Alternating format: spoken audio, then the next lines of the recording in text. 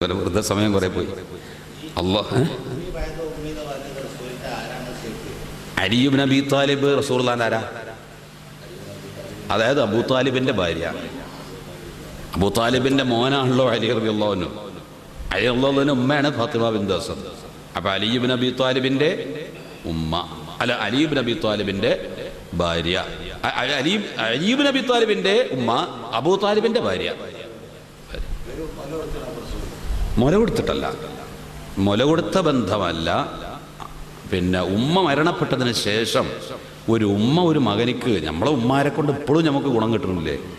ഉമ്മ ചെയ്യേണ്ടതും ഉമ്മാൻ്റെ ഒരു നിയന്ത്രണവും ശിക്ഷണവും വളർച്ചയും, ഒരു ഉമ്മ ഇല്ലാത്ത കുട്ടീനെ നോക്കുമ്പോൾ അതിൻ്റെ പരിചരണങ്ങളൊക്കെ ഒരു ഉമ്മ മകനിക്കൊണ്ട് എന്തെല്ലാം ചെയ്യും, അതിപ്പോഴും ചെയ്യും. നമ്മളൊക്കെ എത്ര പ്രായമായാലും നമ്മളെ ഉമ്മമാർ ജീവിച്ചിരിപ്പുണ്ടെങ്കിൽ അവരിൽ നിന്ന് ചില ശിക്ഷണങ്ങളും കിട്ടേണ്ടതൊക്കെ ഇപ്പോഴും ഉണ്ട്. അത് അവസാനം വരെ കിട്ടിപ്പോന്നത് ഉമ്മ എന്ന സ്ഥാനത്ത് പെരുമാറിയത് ഇവരാണ്. ഫാത്തിമ ബിൻത് അസദ്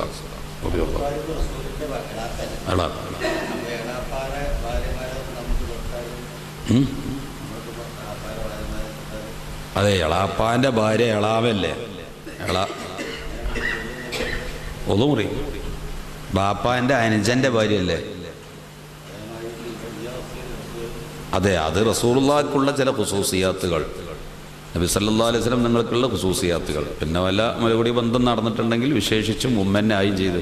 ഉമ്മ മരണപ്പെട്ടതിന് ശേഷം, ഉമ്മ മരണപ്പെടലോ റസൂലുള്ളാഹിക്ക് 48 സ്ത്രീകൾ റസൂലുള്ളാഹിക്ക് മുല കൊടുത്തിട്ടുണ്ട്. ആ കൊടുത്തതിൽ ഫാത്തിമ ബിൻത് അസദും വന്നാൽ ക്ലിയറായി. അല്ലല്ല, അത് പ്രസിദ്ധമായ 3 പേര്.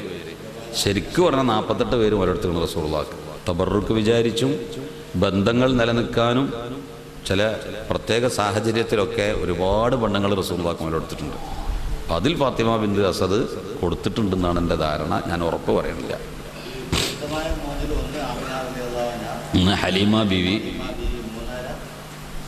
സുവൈബത്തുൽ അസ്ലമിയ എന്ന അല്ലേ? സുവൈബത്തുൽ അസ്ലമിയ, ഉമ്മൈമൻ എന്ന അടിമ സ്ത്രീയും, പിന്നെ അല്ല ഹലീമ ബീവി, ആമിന ബീവി, സുവൈബത്തുൽ അസ്ലമിയയോ ഉമ്മൈമനോ? സുവൈബത്തുൽ അസ്ലമിയ ആണെന്നാണ് ഓർമ്മ. ശരി, ഇൻഷാ അല്ലാഹ്. അല്ലാഹു സുബ്ഹാനഹു വ തആല നമ്മൾ ചെലവാക്കിയ ഓരോ സമയങ്ങളും പരലോകത്ത് നമുക്ക് ഗുണം ചെയ്യുന്നതാക്കി തെരുമാറാവട്ടെ. അൽഹംദുലില്ലാഹി റബ്ബിൽ ആലമീൻ. اللهم صل على سيدنا محمد وعلى آل سيدنا محمد. അർഹമർ റഹീമായ റബ്ബേ, നീ പൊരുത്തപ്പെട്ട നിന്റെ മുഖറബീങ്ങളിൽ ഞങ്ങളെയും ഞങ്ങളുടെ കുടുംബത്തെയും ഉസ്താദുമാരെയും സ്നേഹിതന്മാരെയും സഹായിച്ചവരെയും പെടുത്തണേ തമ്പുരാനെ. അല്ലാഹുവേ, ഞങ്ങളെല്ലാവരെയും നിന്റെ ദീനിൻ്റെ ഖാദിമീങ്ങളായി സ്വീകരിക്കണേ റഹ്മാനെ. മരണം വരെ ഇൽമു കൊണ്ട് സുഖലായ ഒരു ജീവിതം നിലനിർത്തി തരണേ റബ്ബേ. അല്ലാഹുവേ, ഞങ്ങളുടെ എല്ലാ ഹലാലായ ഉദ്ദേശങ്ങളും നീ പൂർത്തീകരിച്ചു തരണം റഹ്മാനെ. ഈ സദസ്സിൽ ഒരുപാട് ആളുകൾ സംഭാവനകൾ നൽകി അവരുടെ മരിച്ചുപോയവർക്ക് വേണ്ടി ദുആ ചെയ്യാൻ പറഞ്ഞവരുടെ ഖബറുകൾ നീ സന്തോഷമാക്കി കൊടുക്കണേ തമ്പുരാനെ. ഞങ്ങളോട് ദുആ വസിയത്ത് പറഞ്ഞ സംഭാവനകൾ, ദർസുകളിലേക്ക് മുതഅല്ലിമീങ്ങൾക്ക് വേണ്ടി സംഭാവനകൾ നൽകിയ ആ ഹദിയകൾ നീ സ്വീകരിച്ച് ആ ഹദിയൻ്റെ പ്രതിഫലം അവരിൽ നിന്ന് മരിച്ചുപോയവരുടെ ഖബറുകളിലേക്ക് നീ എത്തിച്ചു കൊടുക്കണേ തമ്പുരാനെ. അവരുടെ ഖബറുകൾ വിശാലമാക്കി കൊടുക്കണം റഹ്മാനെ. സ്വർഗപൂങ്കാവനമാക്കി കൊടുക്കണം റഹ്മാനെ. അവരുടെ രോഗങ്ങൾ ശിഫയാക്കി, ജീവിച്ചിരിക്കുന്നവരുടെ രോഗങ്ങൾ ശിഫയാക്കി എല്ലാവിധ ഐശ്വര്യങ്ങളും നൽകണേ തമ്പുരാനെ. പടച്ചവനെ, ഞങ്ങളുടെ എല്ലാ ലാഹിരിയും ബാത്തിനിയും റൂഹാനിയും ജിസ്മാനിയും ശൈത്വാനിയും എല്ലാ രോഗങ്ങളും നീ ശിഫയാക്കി തരണം റഹ്മാനെ. ജോലിയില്ലാതെ വിഷമിക്കുന്ന പലരും ഖൈറായ ബറക്കത്തുള്ള ജോലികൾ നൽകണേ തമ്പുരാന്. വിദേശ നാടുകളിൽ ഞങ്ങളെ സുന്നത്ത് ജമാഅത്തിൻ്റെ ക്ലാസ്സുകൾ ശ്രദ്ധിച്ചു കൊണ്ടിരിക്കുന്ന പ്രവാസികൾ, അതുപോലെ നാട്ടിലും സുന്നത്ത് ജമാഅത്തിൻ്റെ പ്രവർത്തകർ പല സ്ഥലങ്ങളിലും കേരളത്തിലും പുറത്തും ഈ ക്ലാസ്സുകൾ കേൾക്കുന്നുണ്ടെന്ന് ഞങ്ങളോട് പറഞ്ഞു. ഇന്നലെ പ്രത്യേകിച്ചും ഓരോരുത്തരും വിളിച്ചു പറഞ്ഞ ക്ലാസ്സുകളെക്കുറിച്ച് ചില അഭിപ്രായങ്ങൾ, ഞങ്ങൾക്ക് വേണ്ട ഉപദേശ നിർദ്ദേശങ്ങൾ നൽകിയവരൊക്കെ ഉണ്ട്. പടച്ചവനെ, അവർക്കൊക്കെയും നീ നാഫിയായ ഇൽമും ഈമാനും തഖ്വയും സുഹുദും സ്വലാഹിയത്തും വർദ്ധിപ്പിക്കണേ തമ്പുരാനെ. ഞങ്ങളെല്ലാം നിന്റെ മഹബൂബീങ്ങളിലും മുത്തഖീങ്ങളിലും പെടുത്തി തരണം റഹ്മാനെ. കടം വീട്ടിത്തരണേ റബ്ബേ. കടത്തോടുകൂടി മരിപ്പിക്കരുതേ തമ്പുരാനെ. കടം പൂർത്തീകരിച്ചു തരണം റഹ്മാനെ. അവസാനം മരിക്കുമ്പോൾ കാമിലായ ഈമാൻ നൽകി ആഖിബത്ത് നന്നാക്കി മരിപ്പിച്ചു തരണം റഹ്മാനെ. പരിശുദ്ധ റമളാനിലെ 23 നോമ്പ് ഞങ്ങളോട് വിട പറയുകയാണ്. പടച്ചവനെ, ഞങ്ങൾ ഏത് സ്റ്റേജിലാണുള്ളത് എന്ന് ഞങ്ങൾക്കറിയില്ല. ഈ റമളാൻ ഗുണകരമായി സാക്ഷി നിൽക്കുന്ന ഉത്തമ മുഅ്മിനീങ്ങളിൽ ഞങ്ങളെ പെടുത്തിത്തരണം റഹ്മാനെ. റമളാൻ കേടായി സാക്ഷി നിൽക്കുന്നവരിൽ പെടുത്തല്ല റബ്ബേ. റമളാനിൻ്റെ മുഅ്തഖീങ്ങളിൽ ഞങ്ങളെ നീ പെടുത്തിത്തരണം റഹ്മാനെ. ബിസ്മില്ലാഹി വൽഹംദുലില്ലാഹി വസ്സലാത്തു വസ്സലാമു അലാ സയ്യിദിനാ മുഹമ്മദ് റസൂലില്ലാഹ് വഅലാ ആലിഹി വസഹബിഹി അൽഫായിസീന ബിറിദല്ലാഹ്. അമ്മാ ബഅദ്. അല്ലാഹു സുബ്ഹാനഹു വതആല പരിശുദ്ധ റമളാനിൻ്റെ സമാപനത്തിലേക്ക് അടുത്തുകൊണ്ടിരിക്കുന്ന ഈ അവസരം, ഇത് അവസാനത്തെ വെള്ളിയാഴ്ചയാണ്. ഇനിയും റമളാൻ മാസം നോമ്പ് നിൽക്കാനും തറാവീഹ് നിസ്കരിക്കാനും ദാനധർമ്മങ്ങൾക്കും ഇൽമ പറയാനും കേൾക്കാനുമൊക്കെ അള്ളാഹു നമുക്ക് ദീർഘായുസ്സും ആഫിയത്തും തരുമാറാവട്ടെ. ചെയ്ത അമലുകളെല്ലാം അള്ളാഹു ഖബൂൽ ചെയ്യുമാറാവട്ടെ. എന്തെല്ലാം ദോഷങ്ങളും തെറ്റുകുറ്റങ്ങളും ജീവിതത്തിൻ്റെ ദുർബല നിമിഷങ്ങളിൽ വന്നുപോയിട്ടുണ്ടോ അത് മുഴുവനും ഈ പരിശുദ്ധ ദിവസം അള്ളാഹു പുറത്തു തന്ന് അവൻ നല്ലവരിൽ നല്ലവരാക്കിയെടുക്കുന്ന സ്വാലിഹീങ്ങളുടെ കൂട്ടത്തിൽ നമ്മളെയും കുടുംബത്തെയും അല്ലാഹു ഉൾപ്പെടുത്തി തരുമാറാവട്ടെ. ആമീൻ യാ റബ്ബൽ ആലമീൻ. പരിശുദ്ധ റമളാൻ സലാം ചൊല്ലി പിരിയുകയാണ്. കഴിഞ്ഞ കാലങ്ങളിൽ, പണ്ടുകാലങ്ങളിലൊക്കെ റമസാനിൻ്റെ അവസാനത്തെ വെള്ളിയാഴ്ച വന്നാൽ ഇങ്ങോട്ടിരിക്കത്തുള്ളൂ അല്ലേ?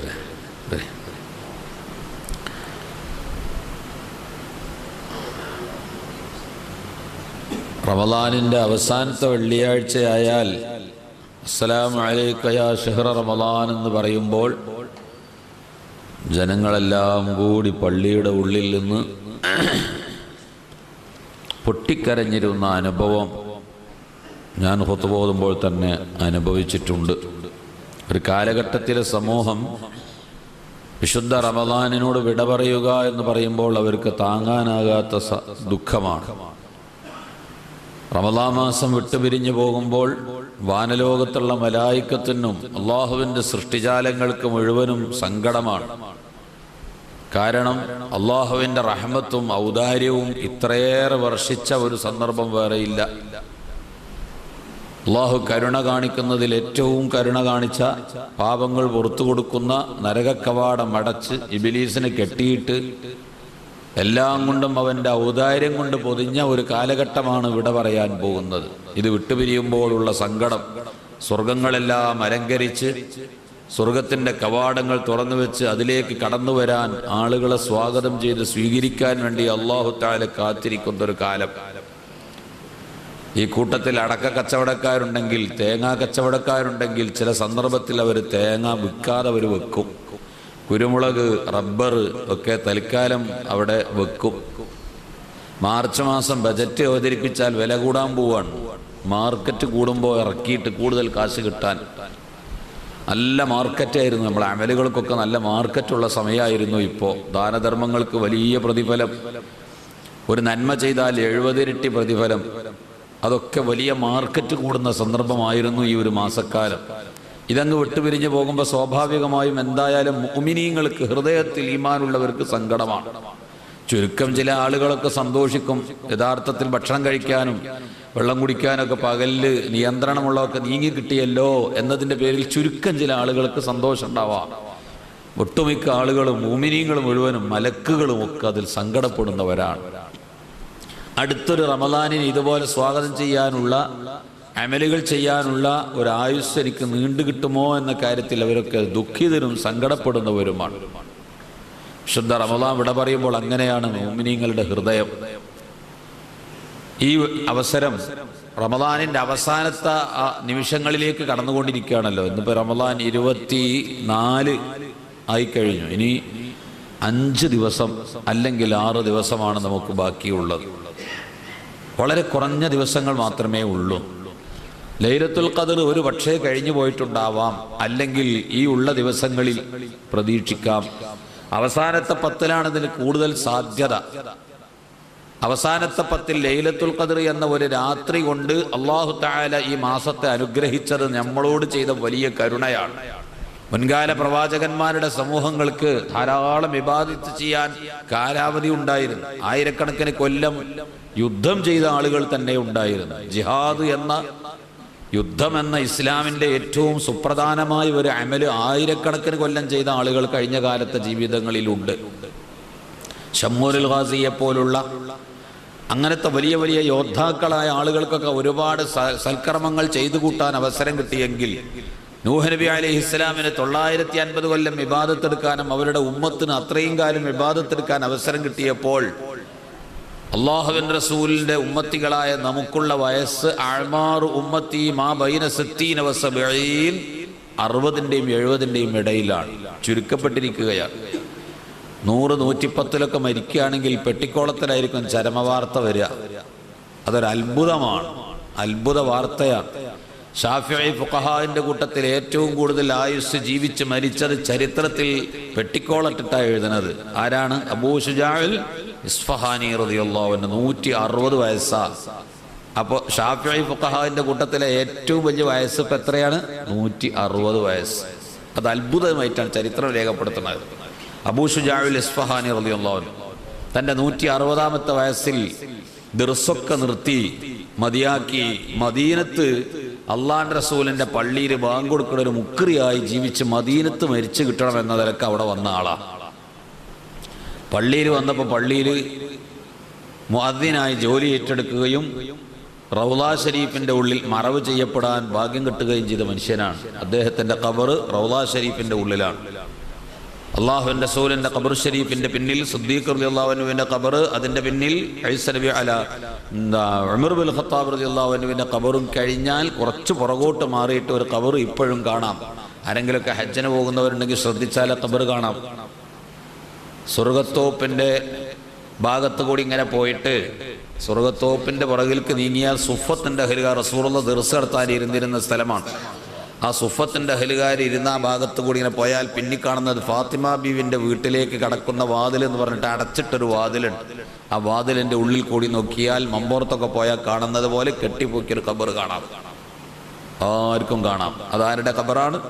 ബഹുമാനപ്പെട്ട അബൂ ശുജാഉൽ ഇസ്ഫഹാനി തങ്ങളുടെ ഖബറാണ്. ഞാൻ എൻ്റെ വക പറയല്ല, ബുജൈരിമിയുടെ മുഖദ്ദിമ നോക്കിയാൽ ഇത് കാണും. ബുജൈരിമി, 2 ബുജൈരിമിയുണ്ട്. ബുജൈരിമി അലൽ മൻഹജ്, ബുജൈരിമി അലൽ ഖത്തീബ്. ഖത്തീബ് ഷിർബീനിയുടെ ബുജൈർ അൽ ഇഖ്നാഅ് ഫി ഹല്ലി അൽഫാദി അബീ ശുജാഅ് മത്റുൽ ഗായത്തി വ തഖ്രീബ് എന്ന കിതാബ് ഫുഖഹാ തലയിലേറ്റി നടക്കും. അത്ര വലിയ കിതാബാണ്.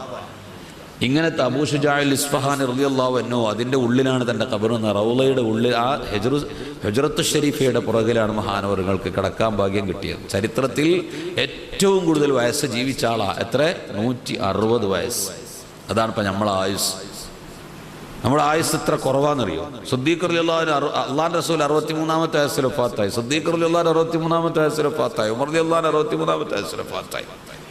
മഹാന്മാരായ പലരും അതിന് താഴെയാ വഫാത്തായി പോയത്. ഈ ചുരുക്കം കാലങ്ങൾക്കിടയിൽ എങ്ങനെ ഇബാദത്ത് ചെയ്യാൻ കഴിയും? അപ്പോൾ അല്ലാഹു സുബ്ഹാനഹു വ തആല എന്ത് ചെയ്തു? നമുക്ക് ഏറ്റവും അവരെ ഓവർടേക്ക് ചെയ്യാൻ പറ്റിയ ഒരു അവസരം നമുക്ക് നൽകി. ലൈലത്തുൽ ഖദർ ഖൈറും മിൻ അൽഫി ഷഹർ. 1000 മാസങ്ങളുടെ പ്രതിഫലമുള്ള ഒരു ലൈലത്തുൽ ഖദർ എന്ന രാത്രി ഈ റമദാൻ മാസത്തിൽ അല്ലാഹു നിശ്ചയിച്ചു. 1-ന്റെയും 30-ന്റെയും ഇടയിൽ എന്നും ആവാം, 1-ന്റെയും 30-ന്റെ ഇടയിൽ എന്നും ആവാം. പക്ഷേ ചില സൂചനകൾ അവസാനത്തെ 10-ലാവാനാ സാധ്യത കൂടുതൽ. അവസാനത്തെ 10-ൽ നിന്ന് തന്നെ ഒറ്റയിട്ട രാവുകളിലാവാനാ സാധ്യത. 27-ാം രാവാകാനുള്ള സാധ്യത വളരെ കൂടുതലാണ് എന്നേ ഉള്ളൂ. ഖണ്ഡിതമായി എന്ത് ചെയ്തിട്ടില്ല? ഇന്ന ദിവസമാണെന്ന് നബി സല്ലല്ലാഹു അലൈഹി വസല്ലമ തങ്ങൾ നമുക്ക് വെളിപ്പെടുത്തി തന്നിട്ടില്ല. വെളിപ്പെടുത്തരുത് എന്ന് തങ്ങളോടുള്ള നിർദ്ദേശമാണ്. അല്ലാഹുവിൻ്റെ റസൂലിനെ അറിയാം, അല്ലാഹുവിൻ്റെ റസൂലിനെ അറിയാം. ഈ ഇരിക്കുന്നതിൽ ഒരുപാട് മുതഅല്ലിമുകളാണ്. അവരൊക്കെ കിതാബ് ഓതി പഠിച്ചവരാണ്. അവർ കിതാബ് ഓതുമ്പോഴൊക്കെ ഉള്ള ഗ്രാമറുകളും നിയമങ്ങളും ഒക്കെ പഠിക്കുമ്പോൾ അവർ പഠിച്ച കൂട്ടത്തിൽ കാണും മാളിയായ ഫിഅലിൽ മാ പ്രവേശിച്ചാൽ ആ വിവരം നബിക്ക് കൊടുത്തിട്ടുണ്ട് എന്നാണ്. അദ്റാക ഇന്നാ അൻസൽനാഹു ഫീ ലൈലത്തിൽ ഖദർ വമാ അദ്റാക. അദ്റാക എന്ന മാളിയായ ഫിഅലിൽ മാ വന്നപ്പോൾ വമാ എന്താണ് അദ്റാക, ആ വിഷയം തങ്ങൾക്ക് അറിയിച്ചു തന്നിട്ടുണ്ട്. ആ വിഷയം എന്താണ്?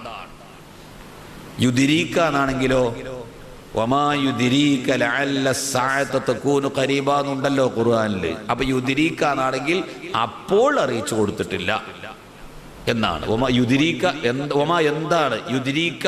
ആ വിവരം തങ്ങൾക്ക് പിന്നീട് വിവരം കിട്ടും. ആ വിവരം പിന്നീട് തങ്ങൾക്ക് കിട്ടും. അദ്റാക്കാന്നായാലോ ആ വിവരം തങ്ങൾക്ക് കിട്ടിക്കഴിഞ്ഞിട്ടുണ്ട്.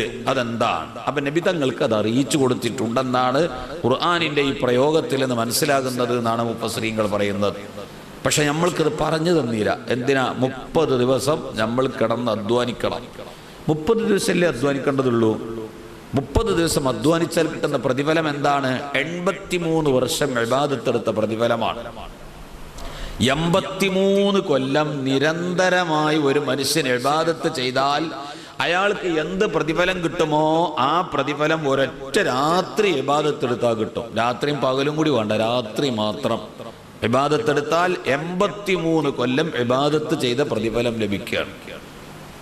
അങ്ങനത്തെ ഒരു രാത്രി വർഷത്തിലൊരിക്കൽ വരുമെങ്കിൽ ഒരു 50 കൊല്ലം ജീവിക്കുന്ന മനുഷ്യൻ, ഒരു 65 കൊല്ലം ജീവിച്ച ആയുസ്സുള്ള ഒരു ശരാശരി മനുഷ്യൻ, അഅ്മാറു ഉമ്മത്തി മാ ബൈന 60 വ 70, 60-70 ഇടയിലാണല്ലോ. ഒരു 65 വയസ്സ് ജീവിച്ചൊരു മനുഷ്യന്റെ 15 കൊല്ലക്കാലം പ്രായപൂർത്തിയാകാത്ത കാലം വിടാം.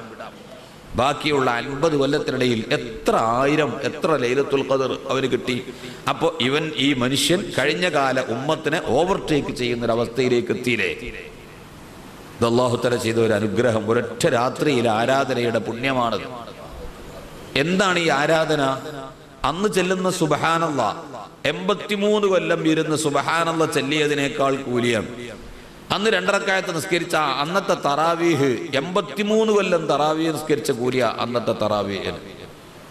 ഇപ്പൊ സാധാരണഗതിയിൽ പള്ളികളിൽ നിന്നൊക്കെ എന്താ ചെയ്യുക? ഇന്നമൽ അഅ്മാലു ബിഖാബ്, അവസാനത്ത് എത്തുമ്പോൾ നന്നായി പിരിയാ വേണ്ടത്. റമളാൻ മാസം പിരിയുമ്പോൾ നല്ലൽക്ക് പിരിയണ്ടേ? ഇപ്പൊ മിക്കവാറും പള്ളികളിലൊക്കെ ആളുകൾ കുറഞ്ഞു തുടങ്ങി. ആദ്യത്തിലൊക്കെ ഉണ്ടായിരുന്ന ആവേശപ്പില്ല. പൊതുവേ നമ്മളെ മനസ്സും ഒക്കെ അങ്ങനെയായി മടുത്തുപോയി. അല്ലെങ്കിൽ അത് ആ തുടക്കത്തിലുള്ള ആവേശം, ആഖിബത്തല്ലേ നന്നാവേണ്ടത്? ഒരു മനുഷ്യന്റെ ആഖിബത്തല്ലേ ഏറ്റവും കൂടുതൽ സൂക്ഷിക്കപ്പെടേണ്ടത്? അപ്പൊ റമളാൻ വിട്ടുപിരിഞ്ഞു പോകുമ്പോൾ നമ്മളെക്കുറിച്ച് റമളാൻ അള്ളാഹിനോട് എന്താ പറയാ? പടച്ചവനെ, തുടക്കം മുതൽ അവസാനം വരെ അവർ നല്ല ആവേശത്തിലായിരുന്നു. ആദ്യത്തിലൊക്കെ എന്തോ പോരായ്മ കൊണ്ട് അങ്ങനെ സംഭവിച്ചെങ്കിലും അവരൊക്കെ പശ്ചാത്തപിച്ച് പിന്നീട് വന്നപ്പോൾ ഉഷാറായി വന്നു. ഒരു വഅദ് തുടങ്ങണ നേരത്ത് ഏത് സദസ്സ് ചെന്നാലും എന്താ പറയാന്നറിയോ? ആളുണ്ടാവില്ല മുന്നിൽ. പിന്നെ ഇവർ പറയാലെന്താണ്? കുറെ റിജാലുൽ ഗൈബ് ഉണ്ട്, കുറെ പെണ്ണുങ്ങൾ ഉണ്ട് എന്നാണ്. മനുഷ്യന്മാർ കാണൂലല്ലോ. ഉണ്ടോ ഇല്ലേ എന്ന് പാരെ അറിഞ്ഞു? ഉണ്ടായില്ല. നമുക്കെന്താ? ഫേസ് ചെയ്യാൻ മുന്നിൽ കുറച്ച് മനുഷ്യന്മാരെ. Face is index of mind ഇതല്ലേ? ഒരു മുഖം വെറുതെ തന്നെ പ്രതിബിംബമാണ്. മുഖത്ത് നോക്കിയാൽ, നിങ്ങളെ മുഖം നോക്കിയപ്പോൾ എനിക്ക് പ്രസംഗം നിർത്തണം തോന്നും. നിങ്ങളെ മുഖം നോക്കിയാൽ കുറച്ചും കൂടി പ്രസംഗിക്കണം തോന്നും. നിങ്ങളെ മുഖമാണ് എൻ്റെ പ്രസംഗത്തെ നീട്ടിക്കൊണ്ടുപോണതും ചുരുക്കണതും ആവേശം കൊള്ളിക്കുന്നതും എല്ലാം നിങ്ങളെ മുഖമാണ്. മുഖം കാണണം, അപ്പോഴല്ലേ പ്രസംഗത്തിനൊരു ഹരമുള്ളൂ. അപ്പൊ നിങ്ങൾ ഇത് ചെന്നാൽ എന്താ പറയാ? അതിന് തുടങ്ങുമ്പോൾ വന്നോളും. നിങ്ങൾ ദ്വാരുന്നൂടി കുറച്ച് കഴിയുമ്പോഴത്തിന് കെയ്യാനാവുമ്പോഴത്തിന് വരും. അതെ, കെയ്യാനാവുമ്പോഴത്തിന് വന്നിട്ട് എന്താ കാര്യം? പല പള്ളിയിൽ അങ്ങനെയല്ല. ഖുതുബന്റെ മുമ്പ് പ്രസംഗം നടന്നാല് മൂലേരെ പ്രസംഗം കഴിഞ്ഞോട്ടെ അപ്പോത്തനാണ് പോകാതെ. എന്തിനാത് ജുമാന്റെ മുമ്പ് വെക്കണത്? ആൾക്കാർ കേൾക്കാനോ? ആർക്കാത് ആവശ്യം? കേൾക്കണമെന്ന് ഉദ്ദേശമുള്ള ഒരു ജുമാന്റെ ശേഷം ഇരുന്നാലും കേൾക്കും. അല്ലാത്തവനെ കേൾപ്പിച്ചാനാ നമ്മ ബസ് സ്റ്റോപ്പിൽ ഇരിക്കുന്നുണ്ടാവും, അവിടെ പോയി പറയേണ്ടി വരും. അല്ലെങ്കിൽ ഒരു മൈക്ക് അങ്ങോട്ട് കെട്ടേണ്ടി വരും. അപ്പൊ അവിടെ ഇരുന്നിട്ട് ഇരിക്കാൻ സുഖം പൂർത്തി ഉണ്ടാകരുത്. ചൂട്ട് കടിച്ചിട്ട് ഒന്നുകിൽ അവിടുന്ന് അപ്പുറം പോകണം, അല്ലെങ്കിൽ പള്ളിയേക്ക് കയറണം. ഓനെ പറച്ചിലെന്താ? മൂലേരെ പ്രസംഗം കഴിഞ്ഞോട്ടെ, ഉസ്താദിന്റെ പ്രസംഗം കഴിയുമ്പോഴത്തിനടുത്താ. അപ്പൊ പ്രസംഗത്തിനൊക്കെ ആദ്യത്തിൽ ആള് ഇല്ലെങ്കിലും പിന്നീട് ആള് വന്ന് ചേർന്നിട്ട് അവസാനം ദ്വാരക്കാനാവുമ്പോഴത്തിന് സദസ്സ എന്തായി? നല്ല റാഹത്തായി അല്ലേ? അങ്ങനെയല്ലേ? എന്ന മാതിരി ഇപ്പൊ റമളാൻ മാസം വരുന്ന വരവില് ഭയങ്കര ആവേശം. പള്ളിയൊക്കെ നിറഞ്ഞിട്ട് ആകപ്പാടെ ഇനിയിപ്പോൾ എന്താ പഠിച്ചോനെ ഇതെല്ലാം കൂടി കാട്ടുക. 30 ദിവസം ഇങ്ങനെ കഴിഞ്ഞ കമ്മിറ്റിക്കാരൊക്കെ ബേജാറിലാണ്. ഒരാഴ്ച കഴിഞ്ഞപ്പോൾ കുറേ തുടങ്ങി, പിന്നെ 2 സഫായി ചുരുങ്ങി. അങ്ങനെയല്ലല്ലോ വേണ്ടത്. അവസാനത്തെ 10 കാര്യം മുഴുവൻ കിടക്കണത്. അവസാനത്തെ 10 രാവുകൾ, ഒറ്റയിട്ട രാവ്. അള്ളാഹു റസൂൽ എന്താ പറയുന്നത്? ഖുതുബയിൽ തങ്ങൾ കേൾപ്പിച്ചല്ലോ, അള്ളാഹുവിൻ റസൂൽ അവസാനത്തെ 10 ആയാൽ അരയും മുറുക്കി പള്ളിയിലാണ് കൂടലാണ്. പിന്നെ പള്ളിക്കൊന്ന് പോകലില്ല. എഴുത്തിക്കാപ്പ് തന്നെ പള്ളിന്റെ ഉള്ളിലാണ്ട് ഇരുന്ന് എഴുത്തിക്കാപ്പും ദിക്റും ഇബാദത്തും അരമുറുക്കി എന്ന് പറഞ്ഞാൽ അതിനായിട്ട് അങ്ങോട്ട് ഒരുങ്ങി തയ്യാറായി വേറെ ഒരു പരിപാടിയും വേറെ ഒരു ചിന്തയില്ല. പള്ളിയായിട്ടാണ് അടഞ്ഞുകൂടി രാവും പകലും പള്ളിക്ക് തന്നെ. എന്തെങ്കിലുമൊക്കെ ചില ഭക്ഷണങ്ങളൊക്കെ വല്ലതും കഴിക്കാനുണ്ടെങ്കിൽ കൊണ്ടുവന്ന് കഴിക്കുക എന്നല്ലാതെ എല്ലാം പള്ളിൻ്റെ ഉള്ളിൽ പള്ളിയിൽ തന്നെ കഴിഞ്ഞുകൂടുക, പുറത്തു പോകൂല. അവസാനത്തെ 10 ആയാൽ എന്താ ചോദിക്കാനുള്ളത്? പടച്ചോനെ, നിന്നെ നരകത്തിൽ നിന്ന് രക്ഷപ്പെടുത്തിയിട്ട് തരണം, എന്നെ സ്വർഗത്തിലാക്കി തരണം. ഇതല്ലേ ചോദിച്ചിരുന്നത്? നരകത്തിൽ നിന്ന് രക്ഷപ്പെടുത്തി തരണം, സ്വർഗത്തിലാക്കി തരണം എന്ന് അള്ളാഹുവിന്റെ റസൂൽ വരെ റമളാൻ മാസത്തിന്റെ അവസാനത്തെ 10 അരയും തലയും മുറുക്കി പള്ളിയിൽ എഴുത്തിക്കാഫിരുന്നു കൊണ്ട് കഴിഞ്ഞുകൂടിയിരുന്നുവെങ്കിൽ, അത് നമ്മളോട് പ്രേരിപ്പിക്കുകയും ചെയ്തിരുന്നുവെങ്കിൽ, നമ്മുടെ നിലപാട് ഒന്നാമത്തെ 10-ലും രണ്ടാമത്തെ 10-ലും ഉണ്ടായിരുന്ന ആവേശം മൂന്നാമത്തെ 10-ൽ കാണാത്തൊരവസ്ഥയാണ്. യഥാർത്ഥത്തിൽ മൂന്നാമത്തെ 10-ൽ ലൈലത്തുൽ ഖദ്ർ കൂടുതൽ പ്രതീക്ഷിക്കുകയും ചെയ്യേണ്ടത്. ശരിക്കൊരു മനുഷ്യൻ ലൈലത്തുൽ ഖദ്റിന്റെ പുണ്യം മനസ്സിലാക്കിയാൽ അതിനെന്ത് ത്യാഗവും വഹിക്കും. എന്താണ് ലൈലത്തുൽ ഖദ്ർ എന്ന് ഖുർആൻ പറയുന്നത്? ഖുർആനിൽ ലൈലത്തുൽ ഖദ്ർ പഠിപ്പിച്ച സൂറത്ത് ഏതാ? ഇന്നാ അൻസൽനാഹു ഫീ ലൈലത്തുൽ ഖദ്ർ. പരിശുദ്ധ ഖുർആനിനെ ലൈലത്തുൽ ഖദ്റിൽ നാം ഇറക്കി. വമാ അദ്റാക മാ ലൈലത്തുൽ ഖദ്ർ. എന്താണ് ലൈലത്തുൽ ഖദ്ർ? ലൈലത്തുൽ ഖദ്രി ഖൈറും മിൻ അൽഫി ഷഹർ. ലൈലത്തുൽ ഖദ്ർ 1000 മാസങ്ങളേക്കാൾ പുണ്യമാണ്. എന്തിനാ ഈ അക്ഷരം ഇങ്ങനെ കൂടുതൽ? ഖുർആന്റെ ശൈലി തന്നെ അക്ഷരം പരമാവധി കുറക്കലാണല്ലോ അല്ലേ? ഇന്നാ അൻസൽനാഹു, നാ അൻസൽനൽ ഖുർആന എന്നാണ് പറയുന്നത്. ലൗ അൻസൽനാ ഹാദൽ ഖുർആന അലാ ജബലിൻ എന്ന് പറഞ്ഞെടുത്ത് ലൗ അൻസൽനാ ഹാദൽ ഖുർആന എന്ന് പറഞ്ഞു. ഇന്നാ അൻസൽനാ ഹാദൽ ഖുർആന ഫീ ലൈലത്തുൽ ഖദ്ർ എന്നല്ലേ പറയാ? അവിടെ അല്ലാഹ് എന്ത് ചെയ്തു? ഇന്നാ അൻസൽനാഹു എന്ന് ഒരു ഹാ ഇട്ടിട്ടാണ് അവസാനിപ്പിച്ചത്. പരമാവധി ചുരുക്കി. അപ്പോൾ ഒരക്ഷരം കൂടുതൽ പറഞ്ഞിട്ടുണ്ടോ ആ അക്ഷരത്തിന് ഫലം കാണും. ഒരക്ഷരം കൂടുതൽ ഖുർആനിൽ പറഞ്ഞിട്ടുണ്ടെങ്കിൽ അതിനൊരു ഫലം ഉണ്ടാവും. ലാ ഉഖ്സിമു ബിഹാദൽ ബലദ് എന്നുള്ളടത്ത് ലാ സായിദാ എഴുതി കാണും തഫ്സീറിൽ. ഖുർആനിൽ സായിദയോ? അപ്പൊ അതിന് ചില ആളുകൾ അർത്ഥം വെക്കരുന്നവരോ, ചില പണ്ഡിതന്മാർ അർത്ഥം വെക്കുക. ഞങ്ങൾ നന്ദിയിലൊക്കെ പഠിച്ചിരുന്ന സമയത്തൊക്കെ മൂപ്പരൊക്കെ അർത്ഥം വെക്കലേ ലാ ഉഖ്സിമു, ഞാൻ സത്യം ചെയ്യേ വേണ്ട, ആവശ്യമില്ലാതെ മനസ്സിലായ കാര്യമാണ്.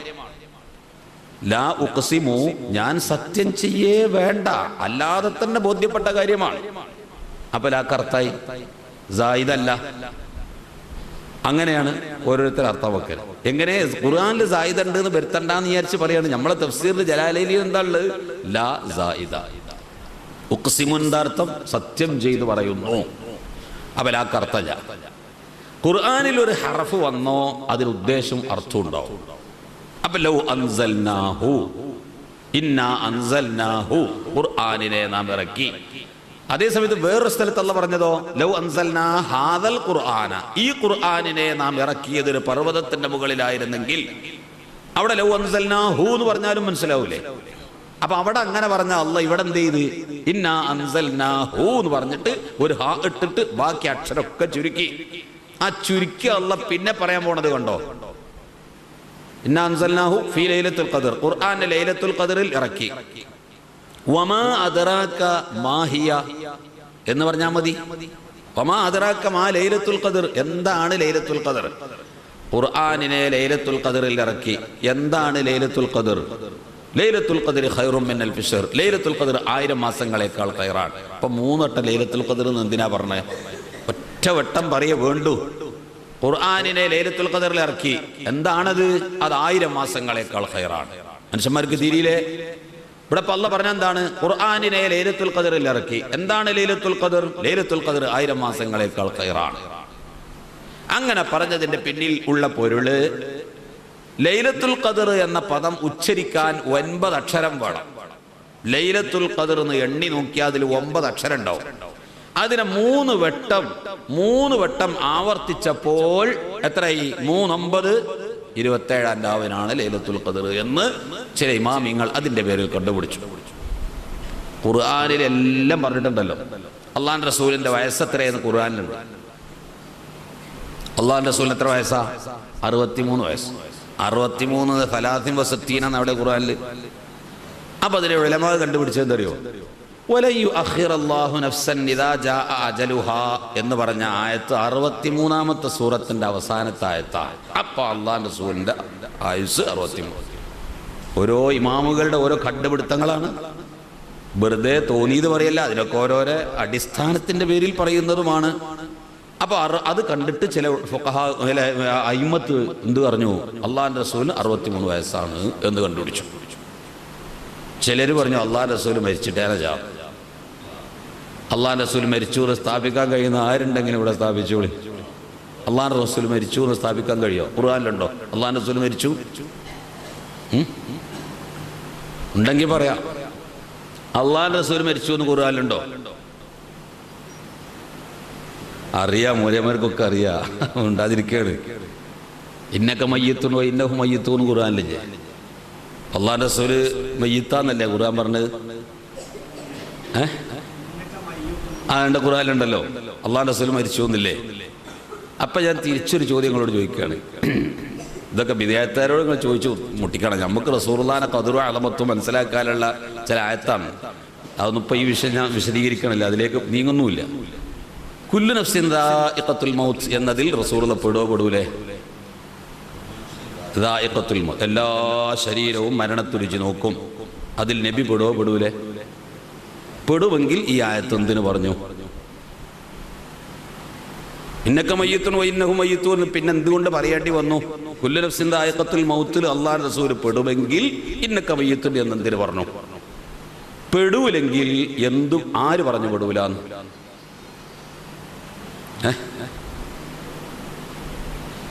അപ്പോ അള്ളാഹിന്റെ റസൂൽ അപ്പൊ ഇന്നക മയ്യിത്തുൻ എന്ന് പറഞ്ഞത് കുല്ലു നഫ്സിൻ ദാഇഖത്തുൽ മൗത്ത്, എല്ലാ ശരീരവും മരണത്തുരുചി നോക്കുന്നല്ലേ? പിന്നെന്തിനാ ഇന്നക മയ്യിത്തുൻ എന്ന് പറഞ്ഞു? അതിൽ റസൂലുള്ളാഹിയും പെട്ടുകിടക്കി പിന്നെ ഇന്നക മയ്യിത്തുൻ പറയേണ്ടി വന്നത് എന്തുകൊണ്ടാ? അപ്പോൾ ചില അയിമ്മത്ത് പറഞ്ഞു റസൂലുള്ളാഹി മരിച്ചിട്ടില്ല എന്നാ. അപ്പൊ ഇന്നക മയ്യിത്തുൻ എന്ന് പറഞ്ഞതിന്റെ അർത്ഥം റസൂലുള്ളാഹി മരിച്ചിട്ടില്ല. ഇന്നമാന ബശറുൻ മിസ്ലുക്കും എന്ന് പറഞ്ഞാൽ ഞാൻ നിങ്ങളെപ്പോലത്തെ മനുഷ്യനാന്ന് പറയേണ്ടി വന്നത് എന്തുകൊണ്ടാ? അസാധാരണ മനുഷ്യനായതുകൊണ്ട് ജനങ്ങൾ തെറ്റിദ്ധരിച്ച് ഇത് മലക്കാണെന്ന് പറയും അല്ലേ? റസൂലുള്ളാഹി വെള്ളം കുടിക്കലുണ്ട്, ഭക്ഷണം കഴിക്കാനൊക്കെ ചെയ്യുന്നുണ്ടല്ലോ. അപ്പൊ അത് കണ്ടിട്ട് ആൾക്കാർ എന്ത് പറയും? ഇതൊരു അസാധാരണ മനുഷ്യൻ, മലക്കാണ് എന്ന് പറയും. മലക്കല്ല, മനുഷ്യൻ തന്നെയാണ്. അപ്പൊ അസാധാരണ മനുഷ്യരായതുകൊണ്ടാണ് ഞാൻ മനുഷ്യനാന്ന് പറയേണ്ടി വന്നത്. അപ്പൊ റസൂലുള്ളാഹി സ്വല്ലല്ലാഹു അലൈഹി വസല്ലം നിങ്ങൾ മരണപ്പെട്ടിട്ടില്ല എന്ന് ഈ ആയത്ത് വെച്ചുകൊണ്ട് ചില പണ്ഡിതന്മാർ പറഞ്ഞിട്ടുണ്ട്. റസൂലുള്ളാഹി മരിച്ചിട്ടില്ല. അപ്പൊ ഇന്നക മയ്യിത്തുൻ അർത്ഥം എന്താണ്? അത് ഇൻഷാ അല്ലാഹ് സമയം ഉണ്ടെങ്കിൽ പിന്നെ ഒരു സന്ദർഭത്തിലോ അല്ലെങ്കിൽ അവസാനത്തിലോ പറയാം. സമയം ഉണ്ടെങ്കിൽ സൗകര്യം പോലെ പിന്നീട് പറയാം. അപ്പൊ ഇങ്ങനെ ഓരോ ഇമ്മത്ത് എന്ത് ചെയ്യുന്നുണ്ട്? ഖുർആനിന്റെ ഓരോ കഷ്ണങ്ങളും അതിൻ്റെ അക്ഷരങ്ങളും വേർതിരിച്ചിട്ട് അതിൻ്റെ ഉള്ളിൽ നിന്ന് എന്തെല്ലാം അറിവുകളാണ് നമ്മൾക്ക് വാരി തരുന്നത്. എൻ്റെ പൊന്നു മുതഅല്ലിമീങ്ങളെ, ലഫ്ളർത്ഥം മാത്രം വെച്ച് പഠിച്ച ഒരു ചുക്കും തിരിയില്ല. നിങ്ങൾ പഠിക്ക്, നല്ലവണ്ണം പഠിക്ക്, കിതാബ് ഓതി പഠിക്ക്, പഠിച്ചിട്ട് മുഖ്തസറൊക്കെ പഠിച്ചിട്ട് ഉസൂലുകളും ആലാത്തുകളും പഠിച്ചിട്ട് ഖുർആനിനെ വെച്ചിട്ട് നിങ്ങൾ ഇങ്ങനെ ഓതിയിട്ടുണ്ടെങ്കിൽ ഒരു ദിവസം ഖുർആൻ കയ്യിൽ നിന്ന് വെക്കൂല. അത്ര രസമാണ് ഖുർആൻ. ഖുർആൻ കേട്ടിട്ടല്ലേ ആൾക്കാർ ഇസ്ലാമിൽ വന്നത്? ഖുർആന്റെ ഓതൽ കേട്ടിട്ടല്ലേ ആൾക്കാർ ഇസ്ലാം? അങ്ങനത്തെ ഒരു ഗ്രന്ഥം ലോകത്ത് എവിടെയുള്ളത്? ഒരു നല്ല സാഹിത്യം, നല്ല ചിന്തിക്കാൻ പറ്റിയ ചില പുസ്തകങ്ങൾ ഇപ്പം ഇവിടെ തന്നെ ഉണ്ടല്ലോ. ചില സാഹിത്യകാരന്മാർ, ഇളംകുളം കുഞ്ഞമ്പിള്ള എഴുതിയ ഒരു ലേഖനങ്ങളൊക്കെ വായിച്ചാൽ ആ ലേഖനത്തിലൊക്കെ ഒരുപാട് അർത്ഥവും ആ പൊരുളുകളും അതിൻ്റെ ഒരു മറുവശവും ഇന്നത്തെ സാഹിത്യകാരന്മാരെ പോലൊന്നും അല്ല. അത് പഴയ കാലത്തെ ചില സാഹിത്യകാരന്മാരുണ്ട്. പക്ഷെ ഇതൊക്കെ വായിച്ചാൽ നമ്മൾ എത്ര വട്ടേ വായിക്കുള്ളൂ?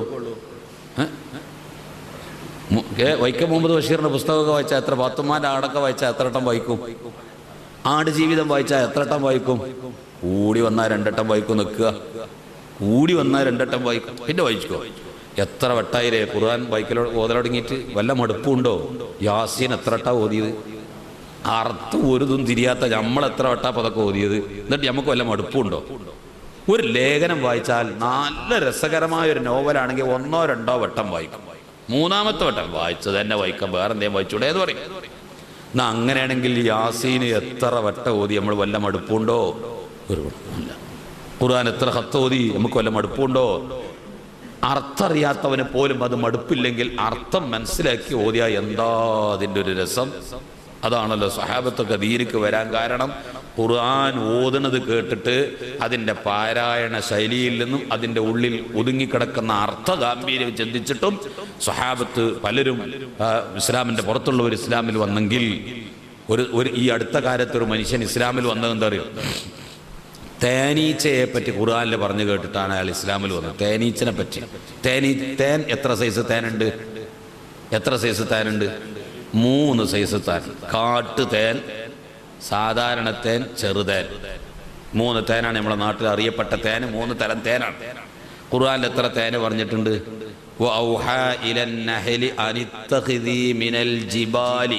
ഒന്നടിക്കോളി. മിനൽ ജിബാലി ബുയൂത്തൻ വമിനശ് ശജരി വമിമ്മാ യഅരിശൂൻ. കണ്ടോ? അനിത്തഖിദീ മിനൽ ജിബാലി കാട്ടുതേൻ, വമിനശ് ശജരി സാധാരണ മരത്ത് പോലെ കണ്ട തേൻ, വമിമ്മാ യഅരിശൂൻ ചിരട്ടയൊക്കെ വെച്ചിട്ട് വീടുകളിലൊക്കെ വന്ന് താമസിക്കണ ചെറുതേൻ. ഇത് വായിച്ചിട്ടാ ഒരു സാഹിത്യകാരൻ ഇസ്ലാമിൽ വന്നത്, ഒരു ശാസ്ത്രജ്ഞൻ ഇസ്ലാമിൽ വന്നിട്ട് ഈ ആയത്ത് വായിച്ചിട്ടാണ്. നിർബന്ധമായ ഇന്ദ്രിയം പുറപ്പെട്ടാൽ കുളി നിർബന്ധമാണ്. ഇന്ദ്രിയം പുറപ്പെട്ടിട്ടില്ലെങ്കിലും ഭാര്യയുമായി ബന്ധപ്പെട്ടുപോയോ കുളി നിർബന്ധമാണ്. ഭാര്യയുമായി ബന്ധപ്പെടാൻ തുടങ്ങിയിട്ടുള്ളൂ, സ്ഖലനം സംഭവിച്ചിട്ടില്ല, എന്നാലും കുളി നിർബന്ധമാണ്. ഈ കുളി നിർബന്ധമായതിൻ്റെ പിന്നിലെ തത്വം ചിന്തിച്ചിട്ടാണ് ഒരു ശാസ്ത്രജ്ഞൻ ഇസ്ലാമിൽ കടന്നു വന്നത്. ഇത് നമ്മളെ ഗ്രന്ഥം വേറെള്ളവും പഠിച്ചിട്ട് ഇസ്ലാമിൽ വന്നതാണെങ്കിൽ ഈ ഗ്രന്ഥം പഠിക്കണം. നമ്മൾ എത്ര ഇപ്പം ഇതിനെ കൈകാര്യം ചെയ്തത്? അതിൻ്റെ ആഴത്തേക്ക് ഇറങ്ങി പഠിക്കുകയും ഞാനിന്ന് മുതഅല്ലിമീങ്ങളോട് ഈ ഇടക്ക് വെച്ച് സൂചിപ്പിക്കുകയാണ്. പരിശുദ്ധ ഖുർആനിൻ്റെ ആയത്തുകൾ നിയമം, അതിനാണ് മുഖ്തസർ ഓതുന്നത്, അതിനാണ് മറ്റുള്ള ബന്ദുക്കുകൾ ഓതുന്നത്, അതിനാണ് മാനി ഓതുന്നത്, ബദീ ഓതുന്നത് ഒക്കെ. ഇത് ഖുർആൻ മനസ്സിലാക്കാനുള്ള അതാണ്. അതിൻ്റെ ഹക്ക് പോലെ മനസ്സിലാക്കണമെങ്കിൽ, അതിൻ്റെ ഉള്ളിലേക്ക് ഇറങ്ങിച്ചെന്നിട്ടുള്ള ആഴങ്ങൾ മനസ്സിലാക്കാൻ കഴിയണമെങ്കിൽ ഈ ആയാത്തുകളൊക്കെ നന്നായി പഠിച്ചിട്ട് ഖുർആനിൻ്റെ ഉൾക്കാമ്പുകൾ മനസ്സിലാക്കണം. അപ്പോൾ ചുരുക്കത്തിൽ ഇതൊക്കെ അയിമ്മത്ത് വെറുതെ പറയല്ല. ലൈലത്തുൽ ഖദ്ർ എന്ന് 3 വട്ടം ആവർത്തിച്ചത് 27-ാം രാവിനാണെന്ന് പണ്ഡിതന്മാർ ചിലർ കണ്ടുപിടിച്ചു. അതാണ് 27-ാം രാവിന് ലോക മുസ്ലിമീങ്ങൾ പ്രത്യേക പരിപാടി വെച്ചുകൊണ്ട് നടത്താൻ കാരണം. 27-ാം രാവിന് എന്തത്ര പുണ്യം? ഭൂരിപക്ഷം ഉലമാഇന്റെയും അഭിപ്രായം 27-ാം രാവിനാണ് എന്നാണ്. അത് അറിയിപ്പ് കിട്ടാം, ഓരോരുത്തർക്ക് മനസ്സിലാകാം. ലൈലത്തുൽ ഖദ്ർ എന്നാണെന്ന് അറിയാൻ ചില സ്വാലിഹീങ്ങളായ ആളുകൾക്ക് എങ്ങനെയെങ്കിലൊക്കെ വല്ല വിവരങ്ങളും കിട്ടും. പക്ഷെ കിട്ടിയാലും അവർ പറയില്ല, പറയാൻ അവർക്കും കഴിയില്ല. അതങ്ങനെ മറച്ചു വെക്കലാണ്. മറച്ചു വെക്കണം എന്നാണ് അതിൻ്റെ സംവിധാനം. ഒരാൾക്ക് അങ്ങനെ വിവരം കിട്ടിയ ഉടനെ തന്നെ ഫോൺ ചെയ്യരുത്. എടാ, അന്ന് ലൈലത്തുൽ ഖദ്ർ എന്നുള്ള വിവരം കിട്ടിയിട്ടുണ്ട്, വേഗം പള്ളിക്ക് ഓടിക്കോ. അരമണിക്കൂർ പോരെ പള്ളിക്ക് കിട്ടിയ, അരമണിക്കൂർ പള്ളിക്ക് കിട്ടിയാൽ പോരെ, നമുക്കൊക്കെ ഗച്ചിലായില്ലേ? കാരണം എന്താ? ഈ ലൈലത്തുൽ ഖദ്റിന്റെ പുണ്യം 1000 മാസം ഇബാദത്തെ കൂലി എന്ന് മാത്രമല്ല, തനസ്സലുൽ മലായികത്തു, അള്ളാഹുവിന്റെ മലക്കുകൾ ഭൂമിയിലേക്ക് ഇറങ്ങി വരും. അള്ളാഹിന്റെ മലക്കുകൾ ഭൂമിയിലേക്ക് ഇറങ്ങി വരും. ഏത് മലക്കുകളാ ഇറങ്ങി വരുന്നത്? ഇറങ്ങി വരുന്ന മലക്കുകൾ പരിശുദ്ധ ഖുർആനിൽ അല്ലാഹു സുബ്ഹാനഹു വ തആല നബി സല്ലല്ലാഹു അലൈഹി വസല്ലമ തങ്ങളുടെ മിഅ്റാജ് യാത്രയെ വിവരിച്ച സ്ഥലത്ത് പറയുന്നുണ്ട്. അള്ളാഹു റസൂൽ മിഅ്റാജിന്റെ രാത്രിയിൽ യാത്ര പോയി 7-ാം ആകാശവും വിട്ടുകടന്നിട്ട് ഒരു പ്രത്യേക സ്ഥലത്തേക്ക് എത്തിയപ്പോൾ ജിബ്രീൽ അലൈഹിസ്സലാം പറഞ്ഞു, വമാ മിന്നാ ഇല്ലാ ലഹു മഖാമും മഅലൂം, ഞങ്ങളെല്ലാം ഒരു അതിർത്തി നിശ്ചയിക്കപ്പെട്ടവരാ, ഇവിടുന്ന് അങ്ങോട്ട് കടക്കാൻ ഞങ്ങൾക്ക് അവകാശമില്ല, തങ്ങൾ പോയിക്കോ, ഞങ്ങൾ ഇവിടം വരെ ഉള്ളൂ എന്ന് പറഞ്ഞിട്ട് നബി റസൂലുള്ളാഹിനെ യാത്രയാക്കി. അതേതായിരുന്നു സ്ഥലം? ഇൻദ സിദ്റത്തുൽ മുൻതഹ, സിദ്റത്തുൽ മുൻതഹയുടെ സമീപത്ത് വെച്ചാണ്. എന്താണ് സിദ്റത്തുൽ മുൻതഹ എന്ന പദത്തിന്റെ അർത്ഥം? 2-3 ദിവസങ്ങൾക്ക് മുമ്പ് എൻ്റെ പ്രസംഗത്തിൽ കൂടി തന്നെ കേട്ടവരിവിടെ ഉണ്ടാകും. നിങ്ങൾ വിഷമണ്ടവർ, കേൾക്കാത്ത പലരും ഉണ്ടല്ലോ, അവരെ ലക്ഷ്യം വെച്ച് ഞാൻ ഒന്നുകൂടി പറയാം. സിദ്റത്തുൽ മുൻതഹ എന്ന് പറഞ്ഞാൽ ആ പദത്തിന്റെ അർത്ഥം, സിദ്റ എന്ന് പറഞ്ഞാൽ ഒരു മരം, എലന്തമരം എന്നാ വാക്കിന്റെ അർത്ഥം. മുൻതഹ എന്ന് പറഞ്ഞാൽ അങ്ങേ അറ്റത്തുള്ളത് എന്നാണ്. അപ്പൊ സിദ്റത്തുൽ മുൻതഹ എന്ന് പറഞ്ഞാൽ അങ്ങേ അറ്റത്തുള്ള എലന്തമരം എന്നാണ് ആ വാക്കിന്റെ അർത്ഥം. എന്താണ് ഇതുകൊണ്ട് ഉദ്ദേശിച്ചത്? ഇൻദ സിദ്റത്തുൽ മുൻതഹ, സിദ്റത്തുൽ മുൻതഹയുടെ സമീപത്താണ് നബി സല്ലല്ലാഹു അലൈഹി വസല്ലമ തങ്ങൾ രണ്ടുപേരും വിട്ടുപിരിഞ്ഞത്. അവിടുന്ന് അങ്ങോട്ട് അല്ലാഹുവിന്റെ റസൂൽ ഒറ്റയ്ക്ക് പോയി. ഇതെവിടെയാ സ്ഥാപിച്ചത്? അത് സ്ഥാപിച്ചത് ഈ മരം പറയാൻ എന്താ കാരണം? സാധാരണഗതിയിൽ നമ്മൾ 1 ഹെക്ടർ ഭൂമി വാങ്ങിച്ചാൽ അതിന് ഒരു കൽമതിൽ കിട്ടും, അല്ലെങ്കിൽ കമ്പിവേലി കിട്ടും. എന്താ അതിൻ്റെ അർത്ഥം? അല്ല, കൽമതിലൊന്നും കെട്ടാൻ കഴിവില്ല, ചില ചെടികളൊക്കെ കുത്തിയിട്ട് അത് നട്ട് നനച്ച് വരുമ്പോൾ ആ ചെടികൾ വളർന്നിട്ട് വരിവരിയായിട്ട് ഇങ്ങനെ നിൽക്കുമ്പോൾ എൻ്റെ പറമ്പിൻ്റെ അതിര് ഇതാണ് എന്ന് മനസ്സിലാക്കാൻ കഴിയും. പറമ്പിൻ്റെ അതിര് നിശ്ചയിച്ചു കൊണ്ടാണ് ഈ മരം സ്ഥാപിക്കുക. അല്ലെങ്കിൽ ഈ ചെടി കുത്തുക, അല്ലെങ്കിൽ എന്ത് ചെയ്യുക, കമ്പിവേലി കെട്ടുക, അല്ലെങ്കിൽ കൽമതിൽ കെട്ടുക. പറമ്പിന്റെ അതിർത്തി, ബൗണ്ടറി നിശ്ചയിച്ചു കൊണ്ടാണ്. ഇത് അറബികൾ സാധാരണ ചെയ്യൽ. 1 ഹെക്ടർ ഭൂമി വാങ്ങിച്ചാൽ, 10 സെന്റ് ഭൂമി വാങ്ങിച്ചാൽ അതിന് അവർ അതിർത്തി നിശ്ചയിച്ചുകൊണ്ട് അതിരും ബൗണ്ടറി നിശ്ചയിച്ചിരുന്നത് എലന്ത മരം കുത്തിക്കൊണ്ടായിരുന്നു. അപ്പൊ അവരോട് ഇത് പെട്ടെന്ന് പറഞ്ഞാൽ മനസ്സിലാവും. എന്ത്? എലന്തമരം കുത്തൽ എവിടെയാണ്? അതിർത്തിയിൽ. എലന്തമരം കുത്തൽ എവിടെയാണ്? ബൗണ്ടറിയിൽ. ഇത് അറബിയൊക്കെ പെട്ടെന്ന് മനസ്സിലാവും. അവരോടാണല്ലോ ഖുർആൻ സംവദിക്കുന്നത്. അപ്പൊ എന്ത് സിദ്റത്തുൽ മുന്തഹ, സിദ്റാമരം വെച്ചത് എവിടെ? ഒരു ബൗണ്ടറിയിലാണ്. എവിടെ ബൗണ്ടറി? ദുനിയാവിന്റെ ബൗണ്ടറിയിൽ. അവിടം വരെ ദുനിയാവാ, അവിടെ നിന്ന് അങ്ങോട്ടോ ആഖിറമാണ്. അവിടെ നിന്ന് അങ്ങോട്ട് ആഖിറമാണ്. ആഖിറത്തിന്റെ ബൗണ്ടറിക്ക് ഒരു മനുഷ്യൻ കടക്കണമെങ്കിൽ എന്ത് വേണം? മരിച്ചിട്ടേ കടക്കുള്ളൂ. മരിക്കണീന് മുമ്പ് കടക്കൂല. അപ്പൊ ആദം നബി സ്വർഗത്തിലല്ലേ താമസിച്ചത്? ഇപ്പൊ ഒരു സ്വർഗത്തിലൊരു നബി ഉണ്ടല്ലോ. മരിക്കണീന്റെ മുമ്പ് എങ്ങനെ ഒരു സ്വർഗത്തിലെത്തി? അതെ, ഇൻദഹാ ജന്നത്തുൽ മഅ്വാ, ഇൻദ സിദ്റത്തിൽ മുന്തഹാ ഇൻദഹാ ജന്നത്തുൽ മഅ്വാ. കണ്ടോ? അതൊക്കെ അത്ര കണ്ടീഷൻ കൃത്യമായിട്ട് ഖുർആൻ പഠിപ്പിച്ചു. അത് ഇനി കൂടുതൽ മുതഅല്ലിമീങ്ങൾ നോക്കിയാൽ മതി. ആലിമീങ്ങളോടൊന്നുമല്ല ഞാൻ പറയണത്, അവരോടൊന്നും അത് പറയേണ്ട ആവശ്യമില്ല. അപ്പോൾ ഇവിടെ ഒരു മരമുണ്ട്. ആ മരത്തിന്റെ അപ്പുറം ആഖിറം, ഇപ്പുറം ദുന്യാവ്. അതിന്റെ ബൗണ്ടറിയിലാണ് ഈ മരം നിൽക്കുന്നത്. ആ മരത്തിന്റെ സ്വഭാവം എന്താണ്? അതിൻ്റെ ഇലകൾ ആനയുടെ ചെവി പോലെ വട്ടത്തിലുള്ളതും വളരെ വലിയതുമാണെന്ന് സ്വഹീഹുൽ ബുഖാരിയിൽ മേറാജ് യാത്ര വിശദീകരിച്ച നബി തങ്ങൾ പറയും. ആദാനിൽ ഫീൽ, ആനന്റെ ചെവി പോലെയാണ്. എത്ര ഇലകളുണ്ട് അതില്ല, അള്ളാഹുവിനല്ലാതെ അതിന്റെ കണക്കറിയില്ല. ഒരു മരത്തമ്മ എത്ര ഇലുണ്ട് എന്ന് അള്ളാഹ്ക്കേ അറിയുള്ളൂ. അത്രയും വിശാലമായ ഇലകളും. ഈ ഇലകളിലൊക്കെ എന്താണ്? ആ ഇലകളിലൊക്കെ മലക്കുകൾ അള്ളിപ്പിടിച്ചിരിക്കുക. എങ്ങനെ ഇലമ്മലൊക്കെ മലക്ക് ഉത്തർക്കുക? എന്തിനാ വെറുതെ തല ഉണ്ടാക്കണം? ആവശ്യമില്ലാത്ത ടെൻഷൻ അടിച്ച് കാണും. ആവശ്യമുള്ളീന് ടെൻഷൻ അടിച്ചാൽ പോരെ. ഒരു ബസ് സ്റ്റോപ്പിൽ ഇങ്ങനെ കാത്തു നിൽക്കുമ്പോൾ ബസ് എന്താ വരാത്തത്? ഓൻ ഭയങ്കര പൊറുതിയാണ്. വരുമ്പോൾ ഒന്നോടിടൂ, ഈ ടെൻഷൻ അടിച്ചാൽ ബസ് വരുമോ? ടെൻഷൻ അടിച്ചതുകൊണ്ട് ബസ് വരുമോ? ഇല്ല.